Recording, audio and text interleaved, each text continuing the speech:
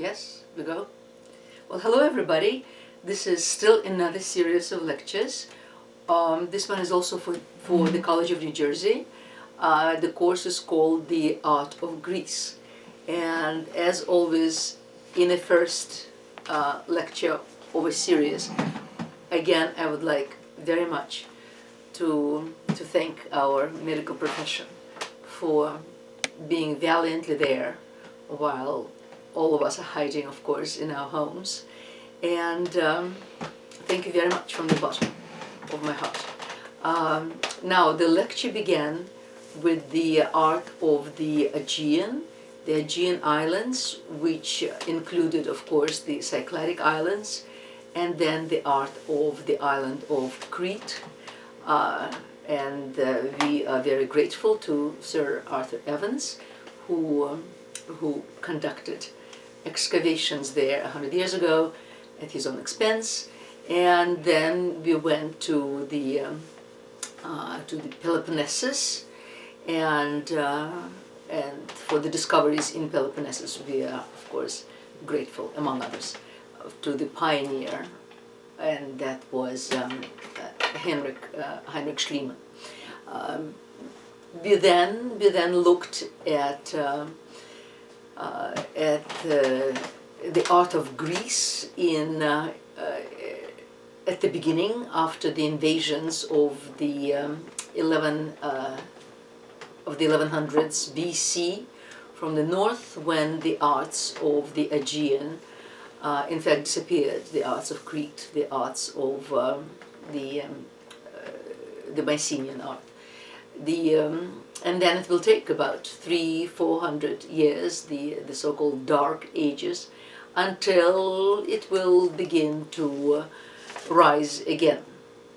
And interestingly enough, Homer lived in the 8th century BC, while the arts were still rather uninteresting, rather primitive, not even archaic yet. And which shows us in a way that perhaps the literature was far ahead of the arts at the time. And then we looked at the Greek geometric period, and then the Orientalizing period, as it was called, and still is called. And then we began to look at the archaic period, and we then arrived at classical Greece. And at this point we consider classical Greece the 5th and the 4th centuries BC, particularly the 5th, in terms of arts. We stopped our lectures before the plague hit us. We stopped at the Acropolis, the city on high in Athens. We looked, of course, at the temple of Parthenon, and here it is. And my pointer doesn't work very well here, so I'm going to use this Russian spoon to point. The temple of Athena, Parthenos, the Virgin Athena, which is why the temple is called the Parthenon. And there's a whole series of buildings here at which we will look. But of course, the Parthenon, number one. During the Persian Wars, the original buildings were destroyed by the Persians, and then they were rebuilt in the middle of the 5th century under Pericles. And Pericles invited the best talent that was available at the time to build his glorious city. And glorious indeed it was, glorious it still is. And we still live off that culture. We looked at the design of the Parthenon, how it was constructed, using, of course, the golden ratio and the pi principle. And today we will now look at the sculpture with which Parthenon is decorated, and which was the responsibility of a sculptor by the name of Phidias, a close friend of Pericles. Well, obviously he did not do everything with his own hands. He of course had a workshop, but the overall design was unquestionably his. Let's see. Here's the Parthenon again. There was another statue of Athena outside. There was a statue of Athena inside that was designed by Phidias, and then there was another one outside of the building. And then we'll look at other buildings as we go along. This is what the Parthenon looks like today. It lacks the roof, alas, and it has been partially reconstructed by the Greek government, and they're still working on it. If you want to see an intact version of the Parthenon, the best place to go is Nashville, Tennessee, where back in the 19th century, the whole building was redone in concrete, of course, in cement. But this is as close as we get to the original structure, together with the pedimental sculpture and with the metopes and triglyphs. I haven't been, but I believe that there's actually a statue of Athena inside as well. This is a lovely painting by a wonderful painter, the pre-Raphaelite painter of the 19th century. His name was Sir Lawrence Alma-Tadema, and he produced beautiful, beautiful art pieces, canvases of the history of Greece, the history of Rome, of antiquities. Truly beautiful. And here's how he imagines that Phidias, here he is, our Phidias, he is on the scaffolding, and he is showing his work to the visiting dignitaries, to the visiting Athenian dignitaries all around here. We must remember that most of the sculpture at the time was painted, particularly something that was 20 meters up, and to see it better. And Alma-Tadema, who was obviously aware of it, is showing it exactly as he thought it was. Here's another painting. I don't know by whom, but this painting is about the marbles, the Parthenon marbles that are alternatively called the Elgin Marbles, because Lord Elgin, who was over 100 years ago an ambassador to the Ottoman Empire, purchased the permit from the government, from the Ottoman government, which at that point ruled over Greece, so that he could remove at least what was left of the sculptures, because the sculptures were in dreadful, not only in dreadful shape, and many of them had fallen down, but even the ones that were up there were under danger of neglect, because at the time the Turkish government did not much care for pagan Greek art. So these Elgin marbles, for which Lord Elgin paid personally, did come to England and were originally placed in the British Museum. Well, not immediately. The British Museum did not want to pay all the money that Elgin spent for them, and ultimately they did pay about 1/3 of the money. And this is where the marbles were housed at first, before that beautiful, beautiful hall was made for them that we have today. These are the metopes right there, and some of the sculptures from the pediment, at which we'll be looking presently. Let's see. Okay, there are two pediments, the western pediment and the eastern pediment. Unfortunately, as you see here, even by the time drawings were made of them by a Frenchman, it was the central portion was already missing. We don't know how it was missing, but it was missing right there, and so it was already in quite dreadful shape the western pediment right there has survived much better. The best record that we have of the pediment in situ was the drawings of Jacques Carré, who was a French painter and draftsman, as you see here, who traveled in Greece at the end of the 17th century and did these drawings.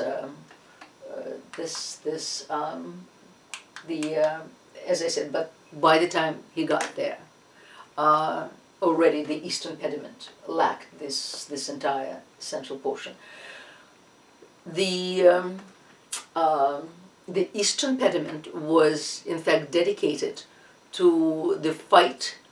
No, that's the western pediment. The eastern pediment was dedicated to the birth of Athena, who was the patroness of Athens, and Athena was born in full armor from the head of Zeus, and the legend tells us that Zeus felt a dreadful headache at some point, and he called Hephaestus to help him, who was the god of the Hephaestus, Sasha, help. Was, god of the forges, craftsman. Thank you very much, who was the god of the forges. I have my daughter here who always helps me, and God bless her. As I said before, what? Hi. As I said in previous lectures, it's so much easier to talk before an audience than it is before a camera. So thank God, at least I have my personal audience here, who is also very knowledgeable in the subject and always helps. The god of the forgery, exactly. So up comes Hephaestus. Forges, not forgery. That's true. The forgery forges, exactly. Hermes is more for forgery, because he's right. the god of thieves. So. That's true, exactly. Yeah, no, forges. Thank you very much. Yes. So up he comes with his axe, and hits Zeus on the head, and the head just splits open. Oops, excuse me. The head splits open, and out of the head comes Athena, the goddess of wisdom, the goddess of intellect, the goddess of the arts, all of the above. And so this is what's missing here. We'll see it shortly now in a copy. And then the second pediment, the western pediment, the one that did survive much better, is the contest between Athena and Neptune for the land of Athens.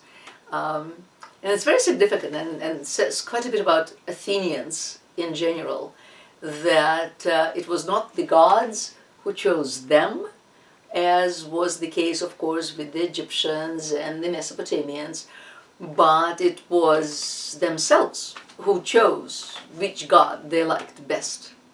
And what happened was that both Athena and Neptune had to bring gifts to the people of Athens, not the other way around.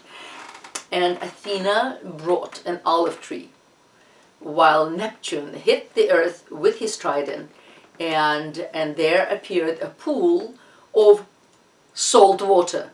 He wanted to bring water to the Athenians, but being Neptune, god of the oceans, the water was salt water.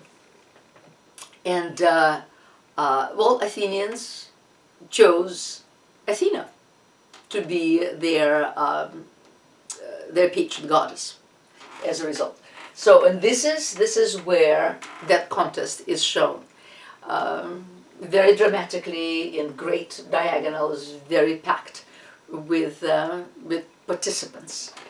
Now, we looked at Jacques Carré at his drawings. These are reproductions. Now, because the East Pediment was so gravely damaged, those who were rethinking its content, its design, sorry, because the content was known and the descriptions did survive, and also Carré's drawings helped stylistically very much to see how the thing was organized. So one of these, this is the example of it, with Athena right here in full armor, as you see, Zeus presumably sitting on the throne. Behind Athena is Hephaestus with an axe, with which he split Zeus's head. And then there are various gods around. We don't know exactly who is who. There were no signs, but the specialists venture guesses at who may be who. But the most important actors are in the middle, which alas we miss. This, for instance, this is the whole thing as it presumably looked like, and it has horses' heads on both sides, on the left and on the right. And that is because the birth of Athena, according to legend, took place at dawn. Therefore, the horses of Helios, you see the horses of Helios right here, there's a quadriga that appears from the horizon line, guided by Helios himself, and they're full, and they survive, well, not all of them, they're full of vigor, full of energy. They had just had a restful night and they just can't wait to ride up there into the sky and have Helios shine onto the earth.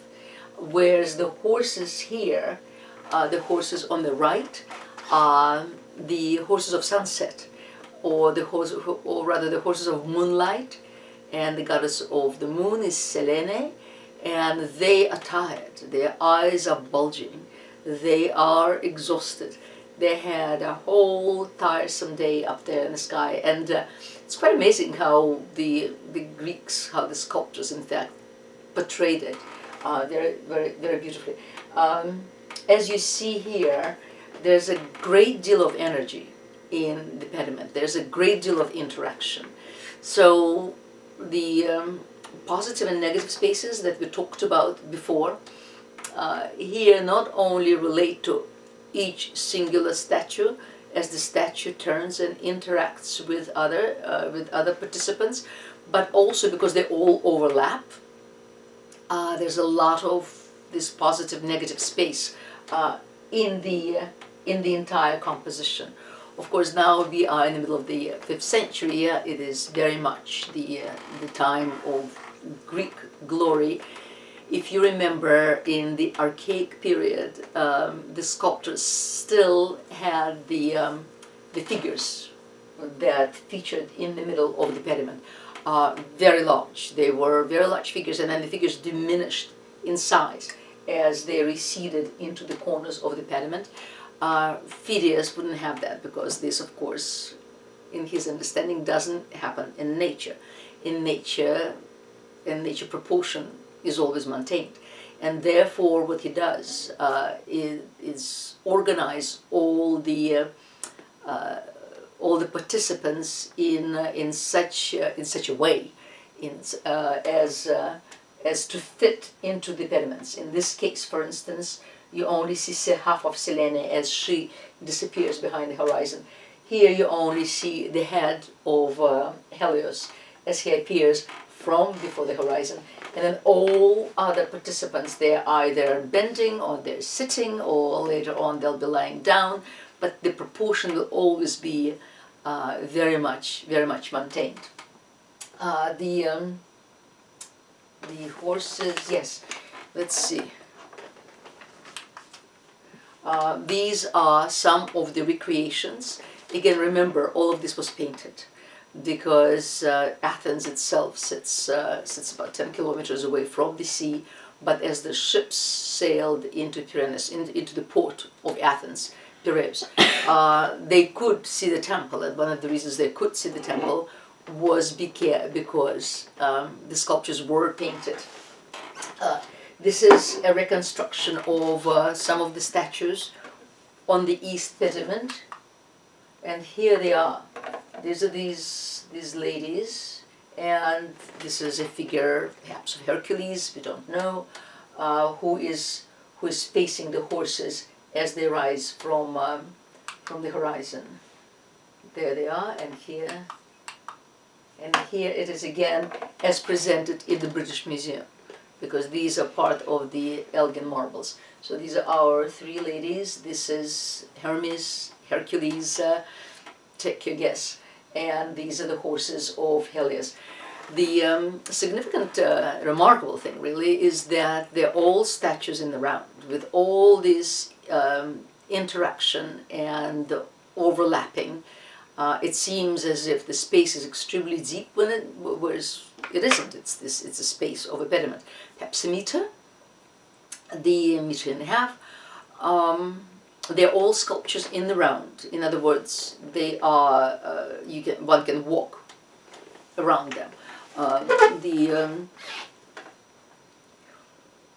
The sculptures, because they produce their art for the gods, not for the humans, and therefore in their minds it was very essential that the gods see perfect work.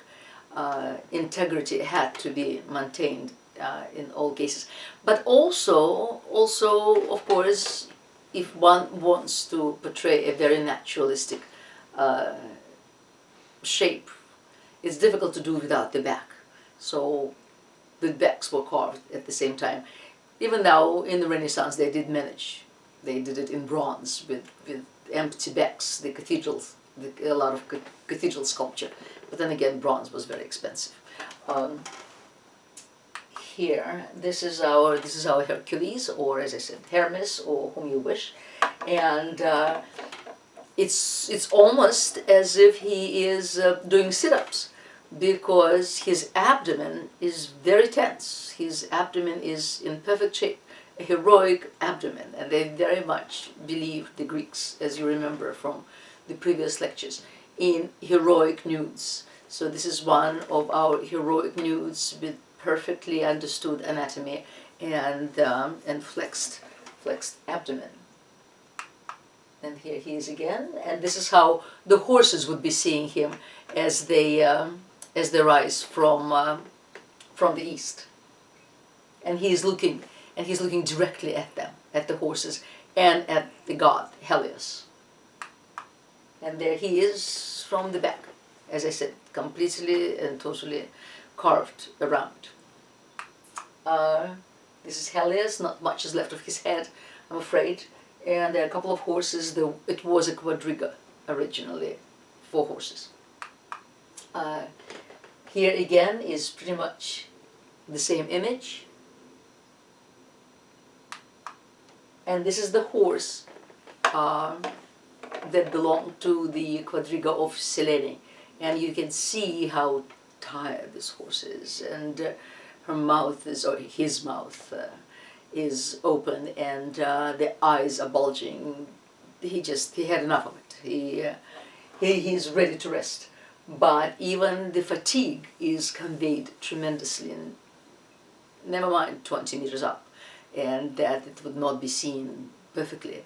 But as I said just now, it was done for the gods, so it had to be perfect. There's a copy now of the horse's head at the actual Parthenon, so you can see it, how it was. And here again, Jacques Carré's drawing as he saw it at the end of the 17th century. And here are the other ladies, and they are right here. Also the eastern pediment. We looked at the left-hand side. Now we're looking at the right-hand side. This is Selene with her horses, and these are our 3 goddesses. And this is how they look in the National Museum.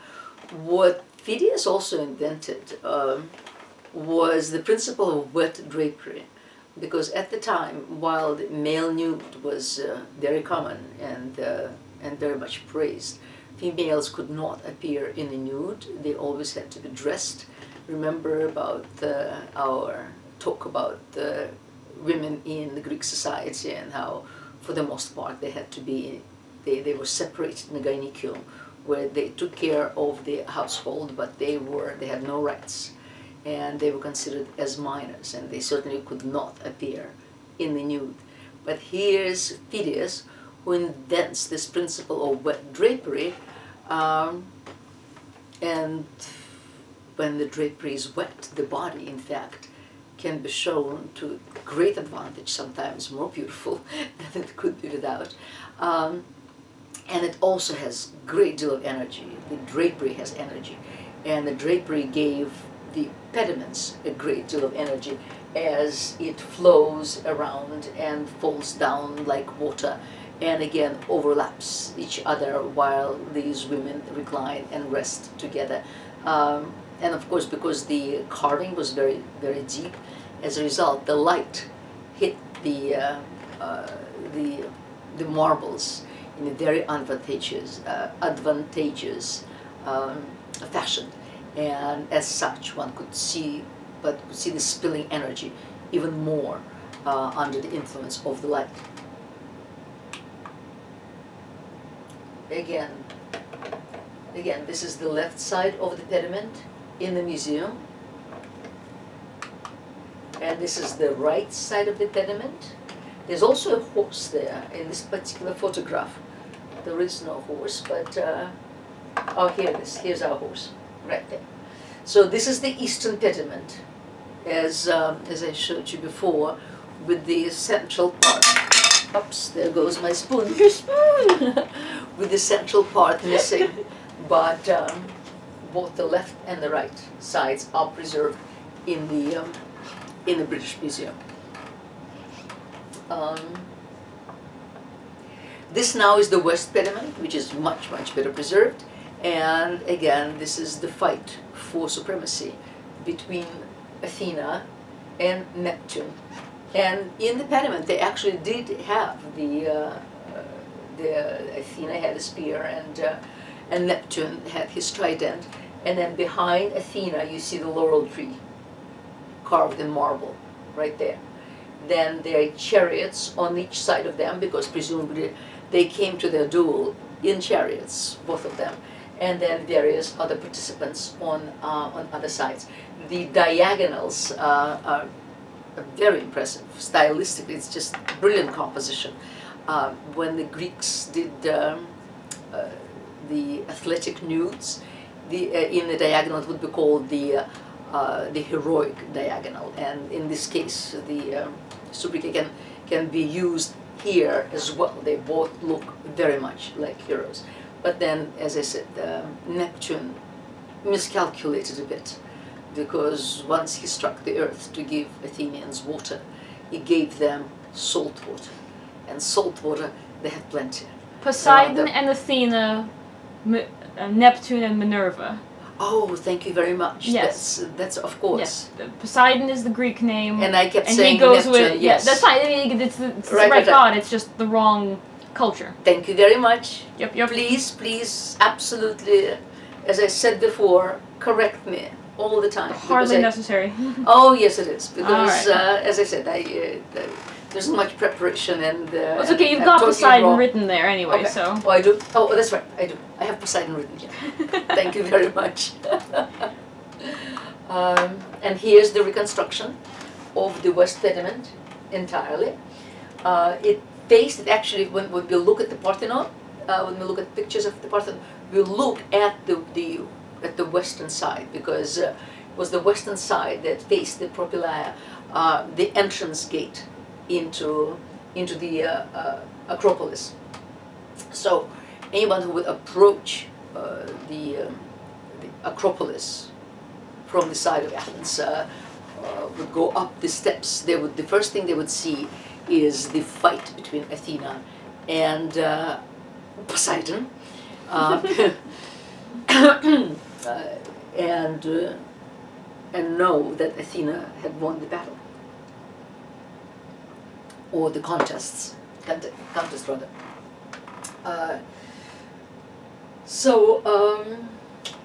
At the flanks, they're surrounded, as I said, there are two chariots there, and then there's a crowd of legendary personalities and Greek gods. We don't exactly know who is who. We could probably possibly guess. But again, it's the same principle of overlapping figures, of playing with the negative space, of inviting the light to hit the figures, to hit all the deep carving, and to introduce the as I said, the negative space, and make a very, very dramatic presentation. Let's see. Here is Athena, and this is the British Museum version of Athena right here. As you can see, the arms are missing, obviously, because I mean everything is sculpture in the round, and therefore the limbs will be the first to go. Head is missing, but we can still see the torso with a very, very dynamic wet drapery applied to it. Here is, let's see, this is this torso, the torso of this man right here. We have it here, and the woman is there. These are copies that, again, are in the Acropolis, of the marbles, the actual marbles in the British Museum. And thus, we arrive to the next series of sculptures. You remember we talked about the entrance. This is the western entrance to the Parthenon, and it consists of two rows of Doric columns. It's a Doric order, and in the front it's a correct Doric order. In other words, remember, it has a very simple stone pillow for its capital. It sits directly on the stylobate. It sits directly on the ground without the pedestal, and it has these grooves that meet at a sharp edge. It also, and very, very important in a Doric order, it has a row of the so-called metops and triglyphs. Triglyphs, which are sort of three grooves. We see two grooves looking at us, and then half a groove on each side. They're called triglyphs. And then metops themselves are these flat areas of marble. The entire Parthenon was built of marble, and they could be sculpted. They could be carved with reliefs, and that is what happened. And so we will look at some of these metops. Then behind we still see the Doric order. The columns are in a Doric order, but then the sculptors decided to cut corners a bit, and instead of doing metops and triglyphs, which traditionally belong to the Doric order, they borrowed the continuous frieze from the Ionic Order and introduced the continuous frieze there. Yes? Did the Greeks build in marble while the Romans only faced in marble, or did the Greeks also face in marble? Oh no, they faced in marble a lot. This is probably the only temple that's built completely of marble, because Pericles just wouldn't have anything else. Okay. Because his city had to have a gorgeous marble temple. Got it. Yeah. So we'll be looking at the metops right now. Here they are. This one is the battle. Many of them are dedicated to the battle of Lepiths and centaurs. The Greeks, in their art and in their lives, of course, and in their writings, were very aware of a continuous contest between our emotions and our intellect. And they also were extremely aware that, needless to say, our emotions, in most cases, are victorious. Nevertheless, they very much upheld the ideal. They did not follow it themselves. The ideal of the intellect guiding our emotions. And that's what their art was about. There was a great element of morality, or attempt to teach the correct lesson. And they used their mythology to teach that lesson.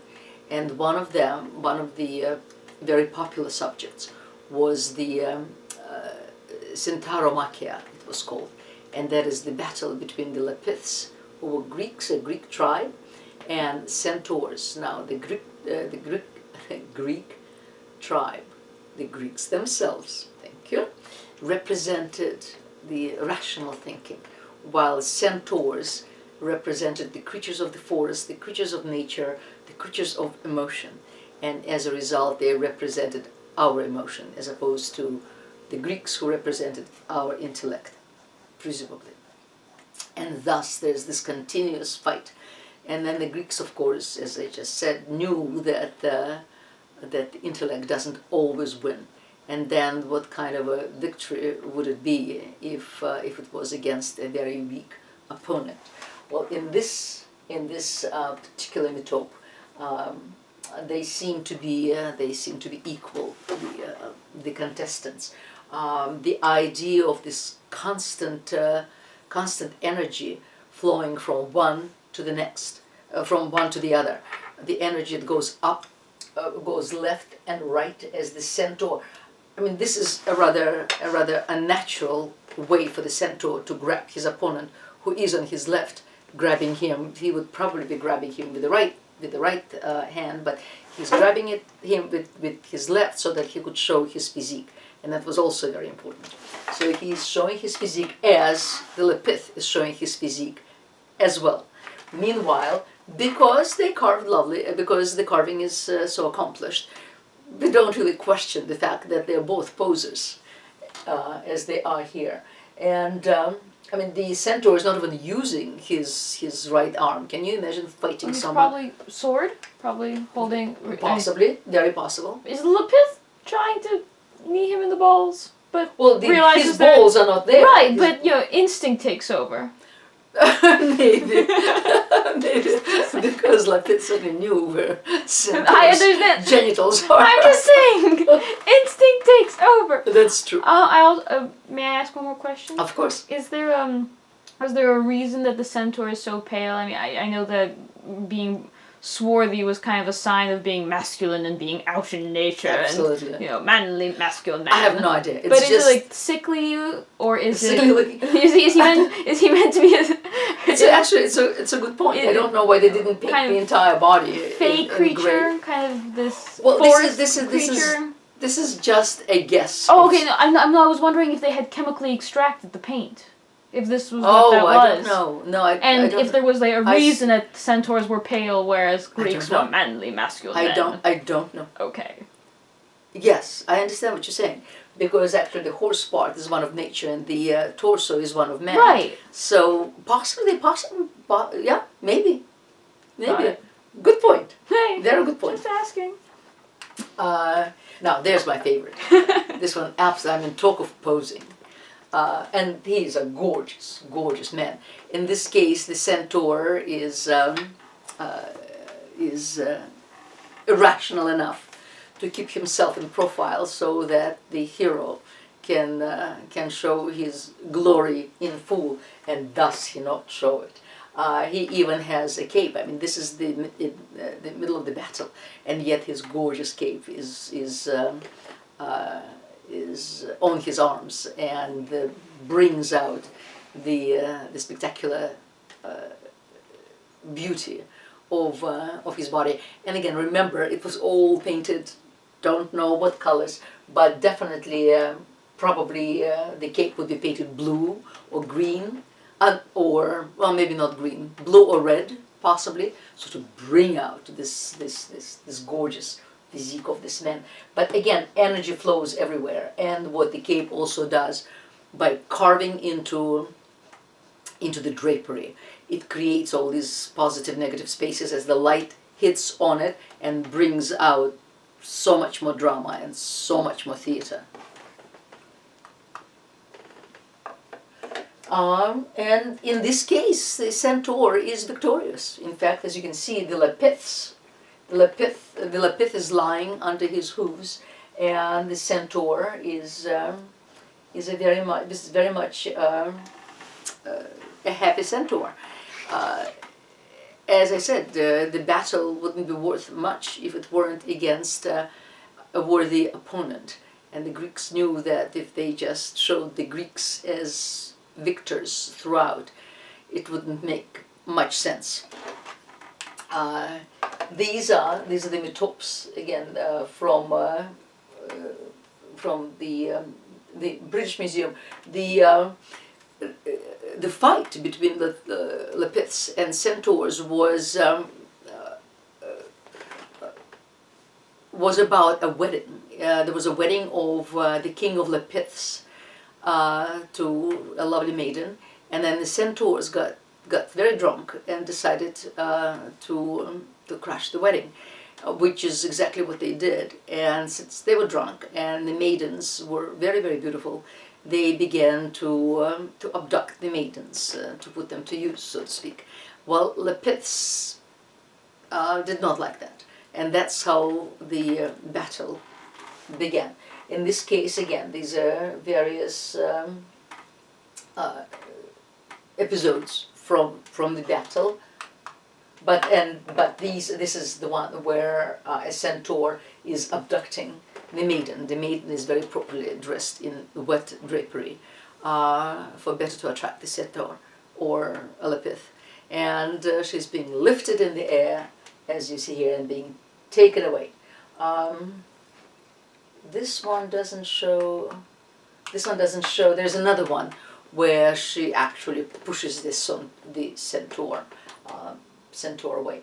Well, as you can imagine, in full color, in their original state, it was probably something to behold, something absolutely remarkable. And now we're going to go to look at we looked at the metopes right here, and now we're going to go look at the frieze. And the frieze is, remember, a continuous frieze, which was borrowed from the Ionic Order. Here it is. You can there's parts of it that have been recreated, and that's how it looked there again. Very much painted. This is the cavalcade of the Greek youth. Every 4 years, there was in Athens, there took place the so-called Panathenaic Procession, and that procession was dedicated to an ancient wooden sculpture of Athena that presumably fell from the sky, and that was held by Athenians at another building, excuse me, on the Acropolis called the Aegean, at which we will soon look as well. And that Athena needed to be dressed, and every 4 years the entire town would get together, matrons as well and maidens, and bring the new dress to Athena. And meanwhile, in the 4 years that preceded it, they would weave that new dress, and then this must have been a remarkable procession, extraordinary procession, with the entire town dressed in their best, and the town authorities, of course, providing food and festivities and theater and entertainment and what have you. The place stopped working and just celebrated the year of their great goddess. So that's what the Panathenaic Procession was about, and that's why Phidias decided to use a frieze, an uninterrupted frieze, rather than metopes and triglyphs, because metopes and triglyphs, it's like reading a book, and you turn the leaves and then there are various pictures, whereas of course the frieze is more like a scroll.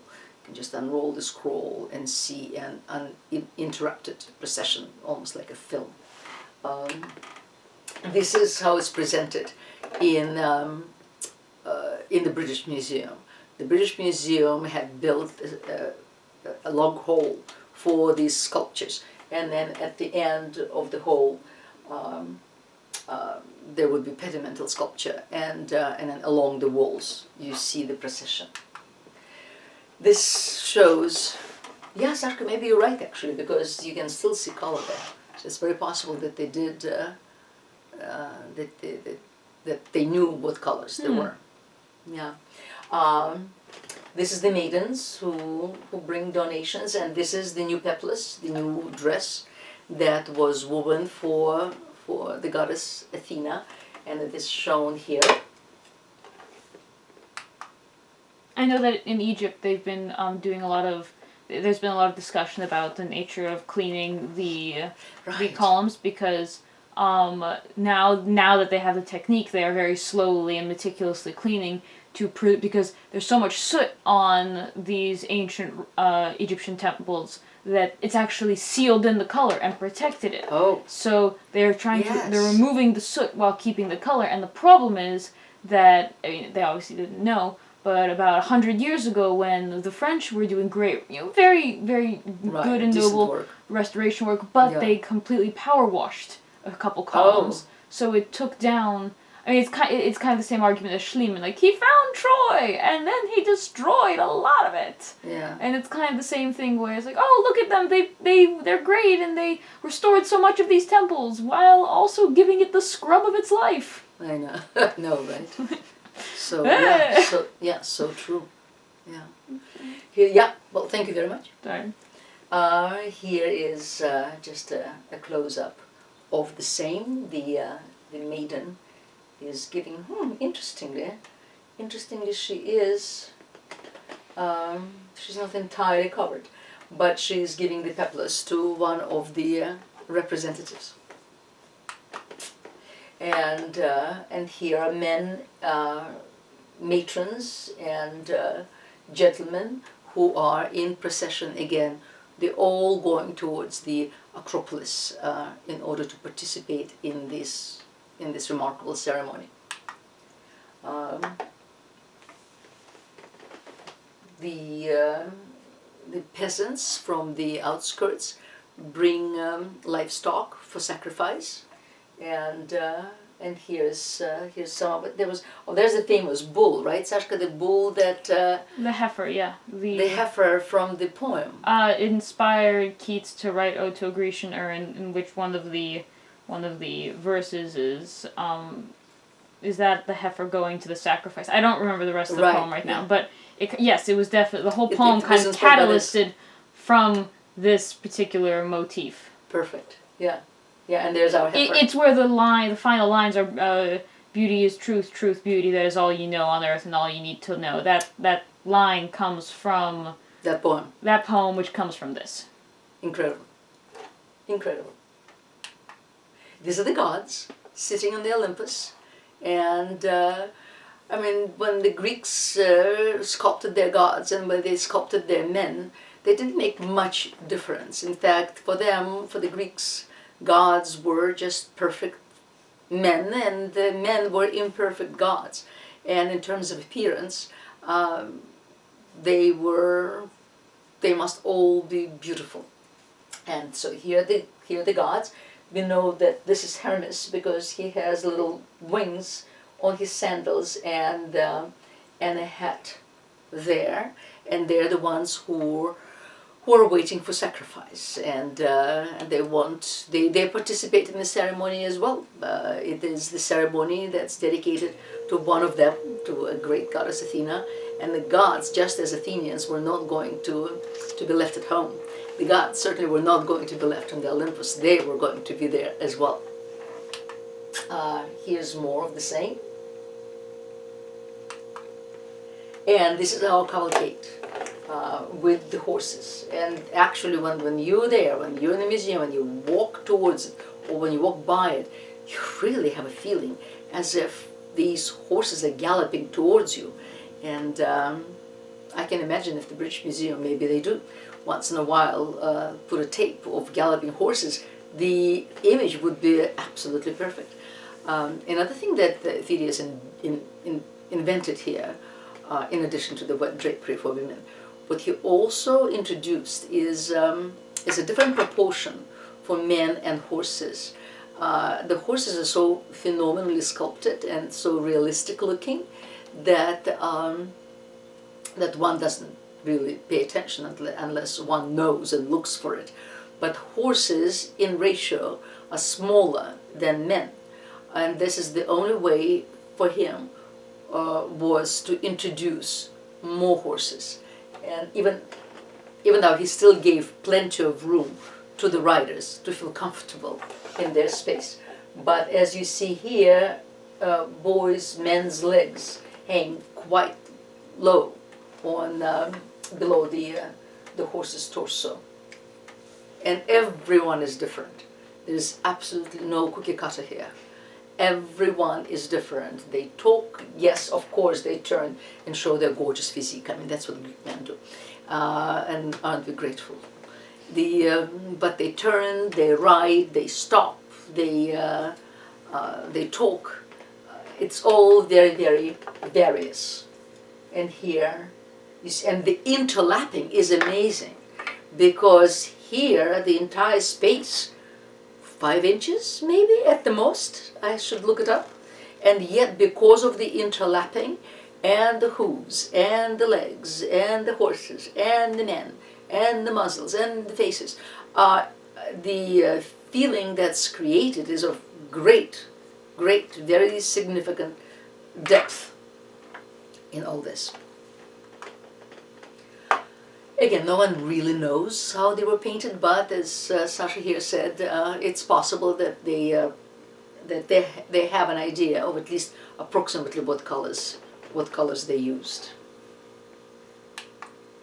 And again, our image of Alma of Phidias presenting that very frieze to the nobility of Athens, and how it may have looked when done in color. Here it is again.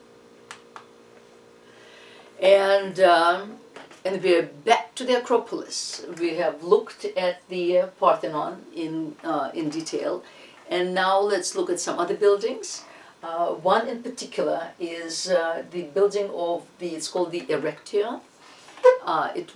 It's presumably one of the most ancient structures on the Acropolis, not the way we see it today. The way they see it today was built in the middle of the 5th century. But presumably there was, in Mycenaean times, there was another building which was dedicated to a mythical king Erectus, whose grave presumably was nearby. But this building in the classical times was actually dedicated to both Athena and Neptune. And it actually enclosed, it's helter-skelter a bit, because it was clearly, structures were added to the original building as an afterthought or forethought or what have you. But it had both the mark of Neptune's trident, as trident hit the earth. So those 3 spots were there, and there's a pool with salt water, and then there was also, that was dedicated to Poseidon, not Neptune, Poseidon. I keep saying Neptune. And then there was also a sculpture, a wooden sculpture of Athena, that very ancient sculpture that presumably fell from the sky, and to which was dedicated the Athenian procession. There was also an ancient olive tree, presumably, the tree that goes back to the time when Athena brought the olive tree. There's one today too, but of course it's a very different olive tree. Not presumably, this is a fact, that one of Victoria's granddaughters, a duchess whose name I don't remember, planted an olive tree there in honor of Athens. I think back in the 19th century, maybe early 20th. So there is an olive tree there, I think. But that's what Erection is about. As I said, it's not a well-organized structure, a classical structure as is the Parthenon, but it's a fascinating structure nevertheless. And here it is. and this is the structure that holds the that has the porch of the maidens. This is a north porch that has Ionic columns. Then the porch of the maidens is on the south side, right? South. So this is the west side. Yeah, west side here. Here. Let's look. This is what it looks like today. I think at least one of the maidens is actually in the British Museum. The rest are probably in the Archaeological Museum in Athens. And the ones today are copies, the ones that we're looking at today.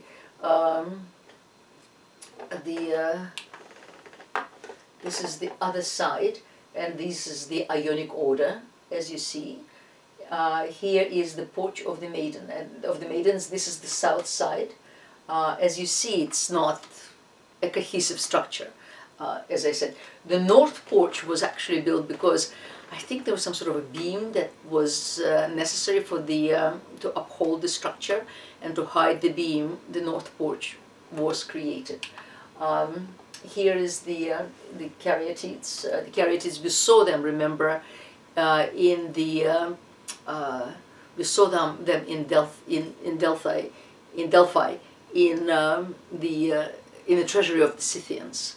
And these are the same maidens, which are called caryatides, which replace Ionic columns, and they're in full drapery, and they stand in a contrapposto. In other words, all the weight is placed on one of the legs, and the other leg is left free. The one we see here, with the knee forward, is left free. And they hold the entire weight of the roof of the porch on their heads. And whether we go to South America or we travel around the Mediterranean, we do see women today still who carry weight on their heads, and they usually have fantastic posture, which we Westerners do not have. And these caryatides very much emulate those, and they do have a very good posture. Otherwise, they couldn't carry that weight. Again, this is a presumptive recreation of the porch, because they were painted. And here are all different paints, and one is blue and pink and white and green and yellow and what have you. And painted, of course, they must have looked very, very remarkable. Here's again the combination of the two. And this is what Erection must have looked like when in full glory with the porch of the maidens. It's very possible that the frieze was also painted, of course, because this is all Ionic Order.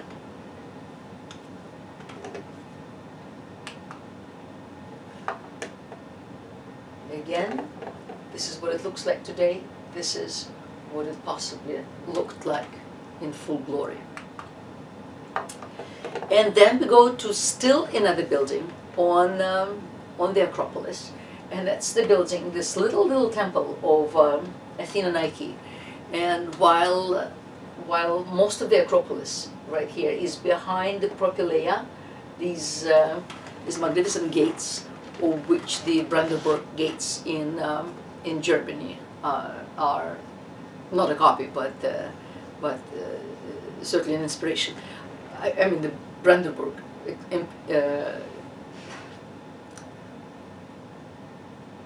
inspired by the Propylaea. I'm losing my words. Have some water. Thank you. Hydrate. I shall do that. The temple of Athena Nike is outside, so that everybody could see it immediately.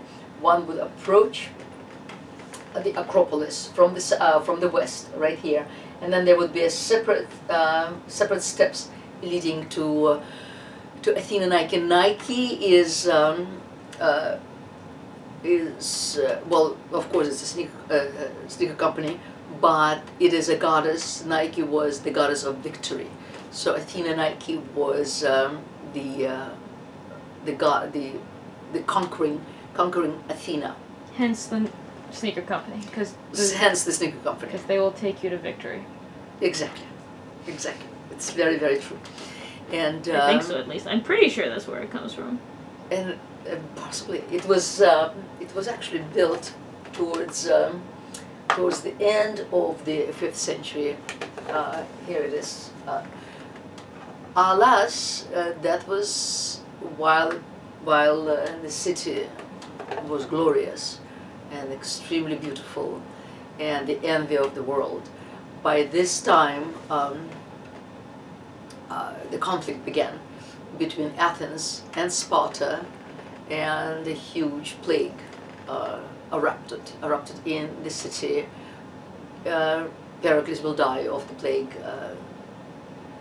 A great part of the population will die as well, and the conflict will be concluded with Sparta's victory.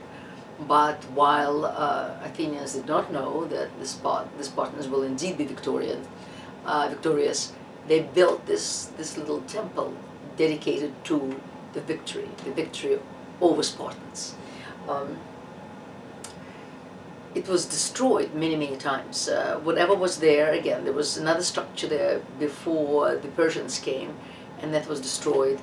And then this structure was destroyed a number of times, and later rebuilt. This structure was, what we see today is a 19th century structure, actually, that was built up from the leftovers that were on the ground right here.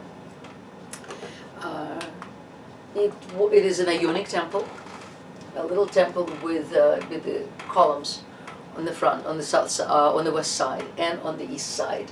It is very elegant, very beautiful, and it sits sort of on its own bastion, on its own bastion wall, and here it is. Here's what Athens, what the Acropolis must have looked like, together with the ceremonial stairs that led to it. Goodness, it must have been really a sight to behold. And there's the Table of Nike right there, and of course it is surrounded with rails, so no one could fall over. Here it is,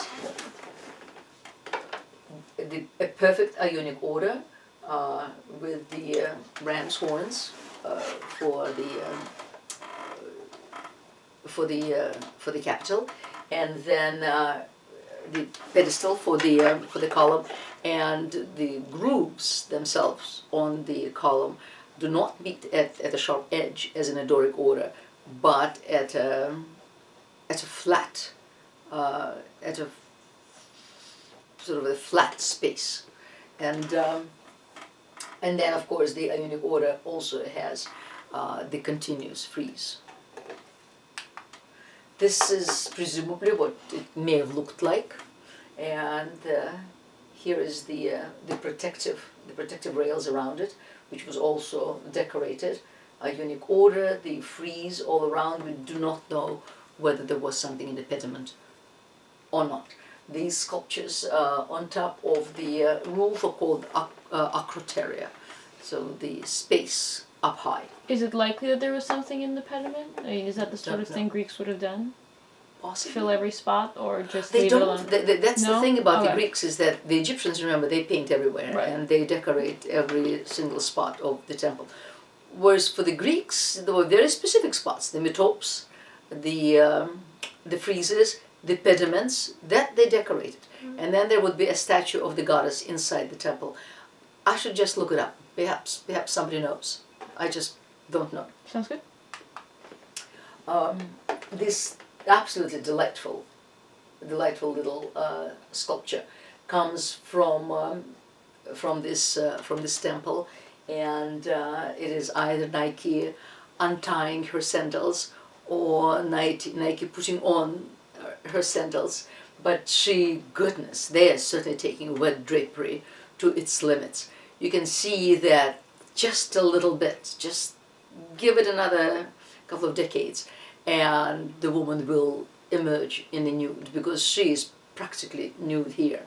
In fact, even more sensual than if she would have been nude. The drapery is literally dripping from her nipple and caressing and loving her body, and you can see her skin. Now the women were not portrayed, even when they will be portrayed in the nude. We'll start with Praxiteles in the 4th century. The women will be portrayed as soft, as beautiful, as elegant. There'll be no tensed muscles on their abdomens. They were women of ancient Greece. They were not women of the 21st century. What about, were there any sculptures of Amazons? Yeah, but they're all dressed from the ones I know. Oh, okay. They're all in armor. Okay, but they are in armor. That's what I'm... Yes. Yeah, but they were not in nude, not the one, not... Right. Not No, but that's... I'm sure, yes, the Amazons probably had... interesting. No, I'm just wondering. Had interesting physique. Well, this is gorgeous. As we see, we're approaching the end of the century.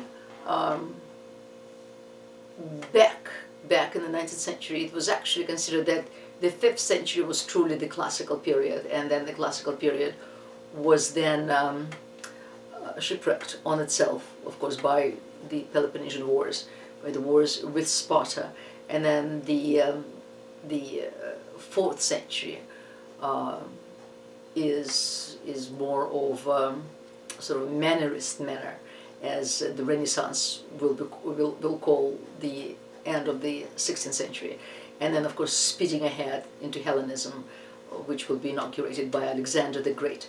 But today, both 5th century and the first half of the 4th century, until Alexander's death, the first 3/4 of the 4th century are considered as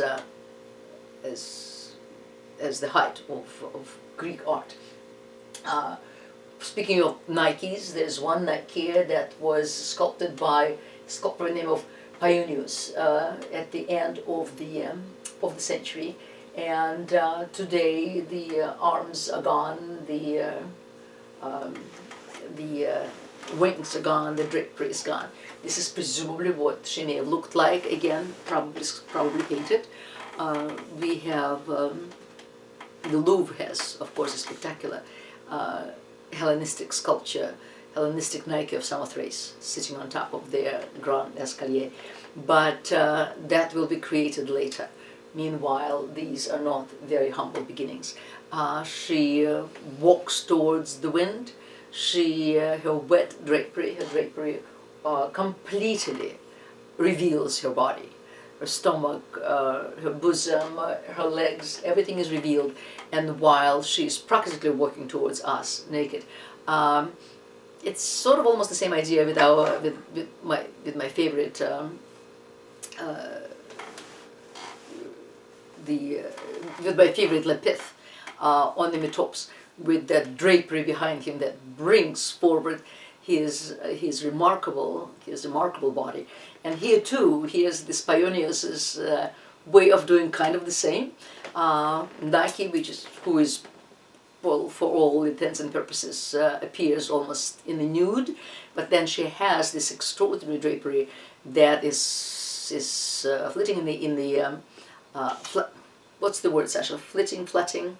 You can say flitting or fluttering. Okay, in the wind. Yeah. Thank you. And it brings forth her body against the wind. And these sculptures, a number of them are made of wood, of course, would be in the prow of Greek ships, and as such would be represented as facing the wind, facing the water, and this is a lovely example of that. And thus we are entering the fourth century, which was very sad. So many will die. So many will die of the plague. So many will die of woes. So many will lose their beloved.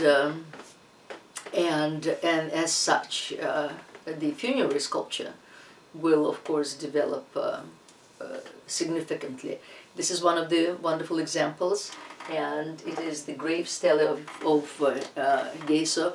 Stele is a stone, monument, a stone, a piece of stone really that can be carved, and this is how it is. Oh, this is how it is. This is the copy, of course. The actual stele of Geso, excuse me, is in the museum. But then a man would be signified by a herm.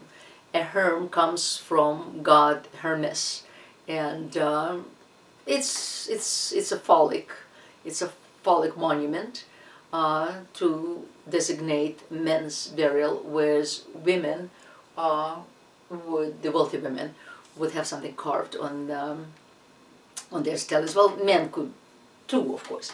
And here is a mother saying hello to the daughter. There are various different interpretations. Or is the servant standing in front of her? I like to think maybe a daughter, because women, in those days, men died in battle. Women died in childbirth, very, very young. I mean, a woman could be dead by the time she's in her early 20s. But this one, if this is indeed a daughter, the daughter herself is 18, so the woman would be close to 40, unless it is a servant. It was painted. We know that the name of the lady from the inscription on top of the gravestone, and here she sits in her chair, very beautifully done. It's almost as if she's still in our world, because the chair, you see, the chair overlaps the space of the carving, and one leg of the chair, and it is in our space essentially. And the girl too overlaps the space of the interaction, and sort of is in our world as well. The lady has a beautiful, maybe jewelry box, and she's taking something out of the box and gives it to the girl to remember her by. All we have today is this. There's all paint is gone. It's really an extremely sad, elegant, beautiful, profound image. It is, isn't it? Yeah, absolutely. Yeah. So, and there were many of them, because as I like said, how in the painted version they give them the same hair color. They Uh-huh. have the same color red. Right. And that highlights the fact that the texture of their hair is the same. So then it definitely implies the mother and a daughter, relationship, yeah. Whoever did this, yes. Yeah. Because the Greeks, most of the Greeks, dark-haired. Right. So there were many of those at the end of the century, because, again, as I said, because of the horrible wars, because of the horrible pestilence, because Athens was not a happy place at the time. And once Sparta wins, it will not be victorious for long, because Sparta, in its own turn, will then be defeated by Corinth, and then all of them will be defeated by Philip of Macedonia, the father of Alexander the Great, and the whole new era then begins of Greek art and Greek history, of course. Meanwhile, the Spartans insisted that the Greeks they burnt the spectacular fleet, that they break down. The Athenians burned there. The Athenians, thank you very much. Right. Yes. Okay. Yes, of course, the Spartans were Greeks as well. Thank you very much. Thank you for catching me. Please do that. Okay. Because I talk. I don't particularly sometimes listen to myself. I don't hear myself. I listen to you. Wonderful. And they insist that the Athenians break down their so-called long walls that protected them from the outside. So Athens ceased to exist as a military or political power, but it still will rule and reign as an intellectual and artistic power, as a literary, philosophical in all the applications of human mind and human intellect. So in the end, Athens, that whole strife between the rational and irrational, the intellectual and the wild, they'll just have to fall back on the intellectual because they simply did not have the military power anymore to impose the imperial will as they did do in the 5th century. Perhaps I should have mentioned also, of course, the age of Pericles is the golden age of Athenian democracy. But then, and it was a direct democracy. People came to the marketplace, and whoever had the best capacity for rhetoric could sway the mob, left, right, or center. And Pericles, of course, was one of the best of them. This was very, very short-lived. Again, with the war that began between Athens and Sparta. But as an intellectual center, it will remain for centuries. In fact, Romans who will conquer Greece in the 2nd century will themselves be conquered by Greece, very much, by Greeks' capacity for thinking, for Greeks' capacity for intellectual deliberation, because Romans will be very, very practical people. Their artistic endeavors, when just individual endeavors, when just for their own sake, were pretty much derivative from the Greeks, but where the Romans, of course, were absolute geniuses was in any pragmatic sense. And their greatest artistic monuments, in fact, combined were a combination of practicality and artistic sensibility. But back to the Greeks. So, as I said, things will continue, and the Greeks will, of course, the Greeks produced these remarkable playwrights, such as Sophocles and Euripides, and whom am I forgetting? And Sophocles, Euripides. Well, there were many, obviously, but the third great one. All right, we'll remember later. And the plays needed theaters. Now, the original Greek theater, the theater in general, goes back to the times of the worship of the god Dionysus.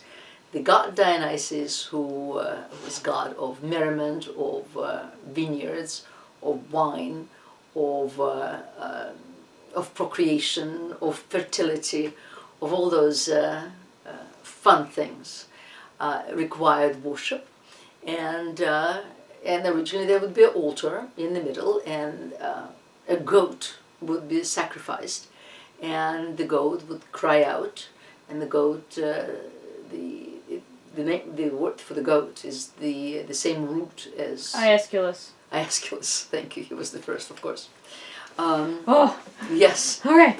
And the root for the goat song is the same root as for the word tragedy. And thus both tragedy and satire play, which will later become comedy, evolved from the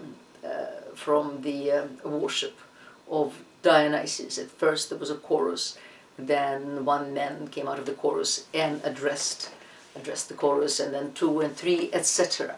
So by the time of Sophocles, Aeschylus actually fought in the Persian Wars. So by the time of Sophocles, and then of course Euripides,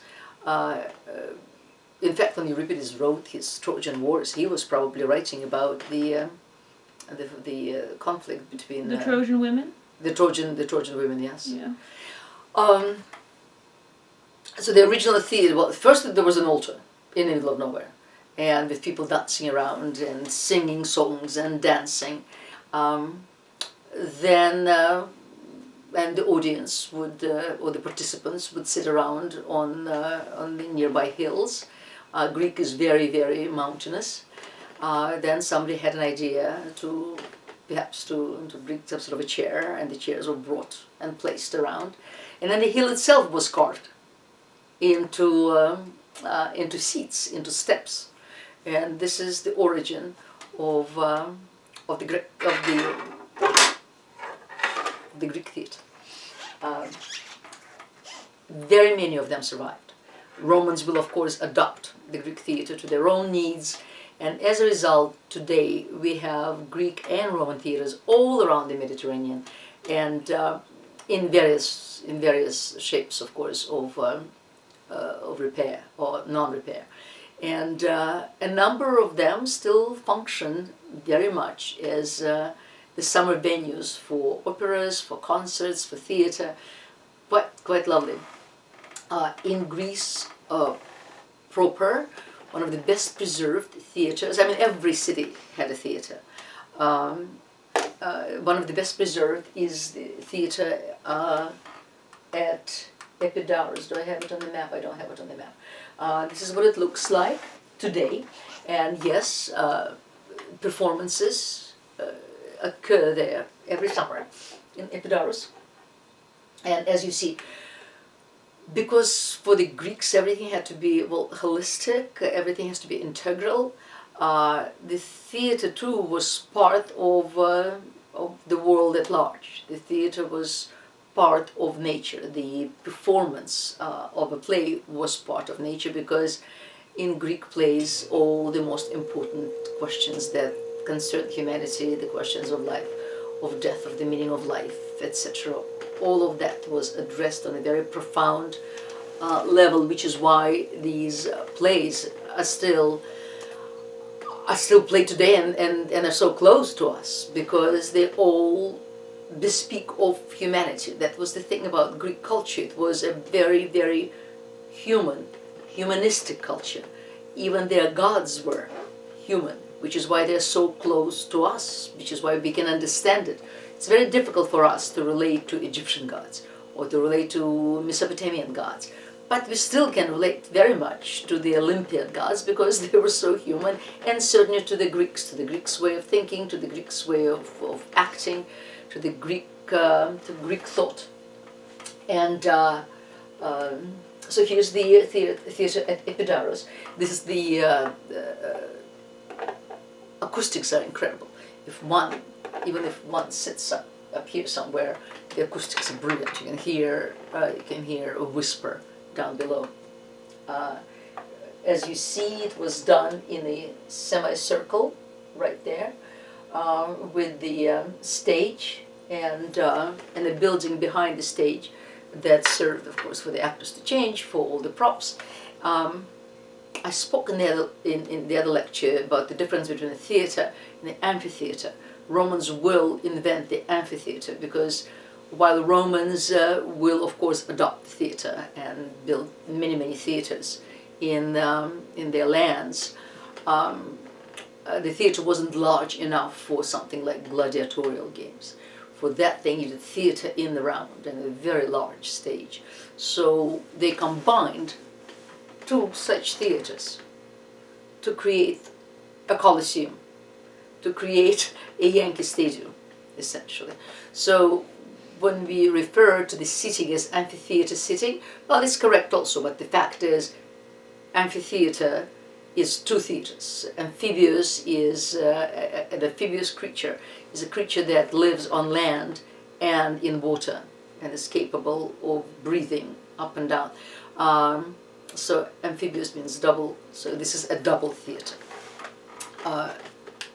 This is a reconstruction of the theatre of Epidaurus, and you can see here, you can see the stage. The space at the bottom here was called orchestra, and then behind the stage was a building where props were kept, where actors could change, which could also house a device that where actors could hang from, sort of like a crane, and it was called Deus Ex Machina, the expression is still very much with us. When we talk about something very artificial, something very contrived, we say, well, this is really Deus Ex Machina. God hanging from a machine, essentially, hanging from a crane, from a lifting crane. And so this was all, this is what this is for. Well, this now disappeared, but the theater itself is very much there. There are different theaters like this, as I said, ruins of the theaters around the Mediterranean. There's one spectacular one in Taormina in Sicily. Sicily was occupied by the Greeks in the 5th century, but then of course Romans in their conflict with Carthage will occupy Sicily, and then in the next century will actually conquer Greece itself. They will adopt the Greek theater to their own needs, as I said, and they will join the structures together to create one large structure. So the theater in Taormina has many precedents. There was a Greek theater then first, and then it was of course rebuilt, and then finally the Romans rebuilt it according to their own fashion, with the entire structure joined together. As always with the Greek theater, the view is absolutely spectacular. So in fact, it's recommended to sit up above instead of close to the stage, because you can still see the stage, especially if you bring your binoculars. You pay considerably less, you hear every word, but you also see the surrounding territory, which adds to the experience. And speaking of theatrical performances, this is an opera given in Orange in France. And actually, you and I saw one. We saw Aida. We saw in Orange. We saw Cioccio-san. Cioccio-san. That's right. We saw Aida in Verona. In Ravenna. In Verona. Verona. In Verona. Right. Yeah. So that wasn't a very nice production, though. The Aida? The Cioccio-san. The Aida was brilliant. Yeah, the Aida was awesome. Yeah, it was very anti-American. We didn't like that. Well, it wasn't even that. It was just very heavy-handed. It was very heavy-handed. Yeah. But otherwise, and it was so cold. In the middle of July, it was smack in the middle of July, women came there in fur coats because it was so freezing. And we foolishly forgot our fur coats, so we just bought the weirdest, most random stuff in the gift shop and showed up in striped green socks and sat in really nice seats and wearing striped green socks and all of our hotel blankets. Well, we didn't exactly think about bringing heavy coats with us in the middle of July. So we didn't forget, we just didn't have them. We looked like bag ladies. Yes, we looked horrible. This is the same theater. This is what it looks like, and it is one of the few theaters actually where the back structure is preserved, as you see it here. Let's see. What time is it now? We've been at it now for about an hour and a half. So I think perhaps we'll stop at this and continue in the next lecture, which will follow very, very shortly. Goodbye, and please stay safe.